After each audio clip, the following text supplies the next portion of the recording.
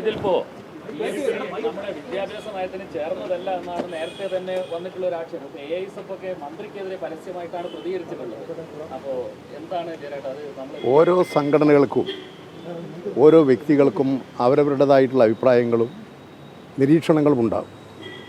അത്തരത്തിലുള്ള വ്യത്യസ്തമായ അഭിപ്രായങ്ങളൊക്കെ വന്നാൽ അതെല്ലാം കൂടിയിരുന്ന് ചർച്ച ചെയ്ത് ഒരു നിലപാട് സ്വീകരിച്ച് പോവുക എന്നുള്ളതാണ് നമ്മുടെ മുന്നണിയുടെ പൊതു കാഴ്ചപ്പാട്. അതനുസരിച്ച് എല്ലാ പ്രശ്നങ്ങളും അങ്ങനെയാണ് ചർച്ച ചെയ്ത് പരിഹരിച്ച് പോകുന്നത്. ഈ കാര്യവും അതുപോലെ ചർച്ച ചെയ്ത് പരിഹരിച്ച് മുന്നോട്ട് പോകും. ഈ ഒപ്പിടുന്നതിന് മുമ്പ് മുന്നണിയുമായിട്ട് ഒരു ആലോചന നടത്തിയില്ല എന്നുള്ളതാണല്ലോ CPIന്റെ പരാതി. എല്ലാ പ്രശ്നങ്ങളും ഇരുന്ന് ചർച്ച ചെയ്ത് പരസ്പരം ബോധ്യപ്പെട്ട് പരിഹരിച്ച് മുന്നോട്ട് പോകും. ലംഘിച്ചിട്ട് നമ്മൾ ഇനി ചർച്ച ചെയ്യുമെന്ന് പറയുന്നതിൽ കാര്യമുണ്ടോ എന്നുള്ളതാണ് അവർ ചോദിക്കുന്നത്. എല്ലാറ്റിലും കാര്യമുണ്ട്. അതുകൊണ്ട് ഈ കാര്യങ്ങളിലൊന്നും അന്തിമമായിട്ടുള്ള കാര്യങ്ങളല്ല. എല്ലാ കാര്യങ്ങളും മുന്നണി എന്നുള്ള നിലയിൽ ചർച്ച ചെയ്യും, തീരുമാനമെടുക്കും, പരിഹരിക്കും, മുന്നോട്ട് പോകും.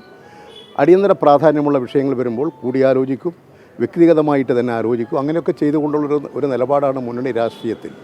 ആ നിലപാട് തന്നെയാണ് ഇവിടെ സ്വീകരിച്ചിട്ടുള്ളത്. വിരുദ്ധമാണ് എന്ന് നേരത്തെ തന്നെ വലിയ പ്രതിഷേധം ഉണ്ടാക്കിയതാണല്ലോ ഈ PM ശ്രീ പദ്ധതി. അപ്പോൾ ഇപ്പോഴും നമ്മൾ അതിന്റെ ഫണ്ട് സ്വീകരിക്കാൻ തീരുമാനിച്ചതിന്റെ കാരണം എന്താണ്? ഒട്ടനവധി കേന്ദ്ര ആവിഷ്കൃത പദ്ധതികൾ കേന്ദ്ര ഗവൺമെൻറ് ആവിഷ്കരിച്ച് നടപ്പിലാക്കുന്നുണ്ട്. എല്ലാ സംസ്ഥാനങ്ങളിലുമുണ്ട്. PMC പദ്ധതി തന്നെ കോൺഗ്രസ് ഭരിക്കുന്ന എല്ലാ സംസ്ഥാനങ്ങളും നടപ്പിലാക്കി കഴിഞ്ഞു. ചില സംസ്ഥാനങ്ങളിൽ അതിനോട് വിയോജിപ്പുണ്ട്, ചില സംസ്ഥാനങ്ങളിൽ വ്യത്യസ്തമായ നിർദ്ദേശങ്ങളുണ്ട്. ഇതെല്ലാം അതാത് ഗവൺമെൻറ്റുകൾ കൈകാര്യം ചെയ്തുകൊണ്ടിരിക്കുന്ന വിഷയങ്ങളാണ്. അതിൻ്റെ ഭാഗമായിട്ട് തന്നെ കേരളത്തിൽ ഈ വിഷയം സംബന്ധിച്ചുള്ള കാര്യങ്ങൾ വിശദമായി തന്നെ ചർച്ച ചെയ്ത് നിലപാടുകൾ സ്വീകരിച്ചുകൊണ്ട് തന്നെയാണ് പോകുന്നത്. അതാണ് ഇതിനെയൊക്കെ തെറ്റായി വ്യാഖ്യാനിക്കുകയും ദുർവ്യാഖ്യാനിക്കുകയും ചെയ്യുന്നതാണ് തെറ്റായിട്ടുള്ള നിലപാടുകൾ. ഇവിടെ മുന്നണി രാഷ്ട്രീയത്തിൽ നിങ്ങൾ ഉദ്ദേശിക്കുന്ന നിലയിൽ ഒരു പ്രശ്നങ്ങളും ഉണ്ടാകില്ല.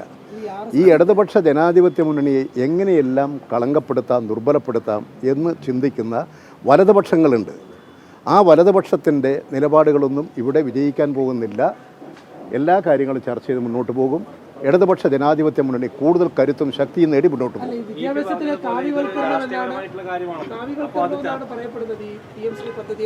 അതെ, ഇവിടെ ഇന്ത്യയിൽ ഇപ്പോൾ ഭരിക്കുന്നത് BJP ഗവൺമെൻറ്റാണ്. BJP നയിക്കുന്ന RSS ആണ്.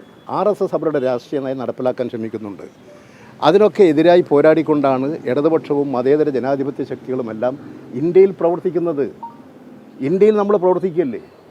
RSSൻ്റെ കാവ്യ രാഷ്ട്രീയത്തിനെതിരായിട്ടല്ലേ നമ്മൾ ഇന്ത്യയിൽ പ്രവർത്തിച്ചുകൊണ്ടിരിക്കുന്നത്? നമ്മൾ ഇതൊക്കെ ഈ രാഷ്ട്രീയമായി ഇതിനെ നിരീക്ഷിക്കാൻ വേണ്ടി സാധിക്കണം. വളരെ സങ്കുചിത വലയത്തിനകത്ത് നിന്നുകൊണ്ടല്ല നിരീക്ഷിക്കേണ്ടത്.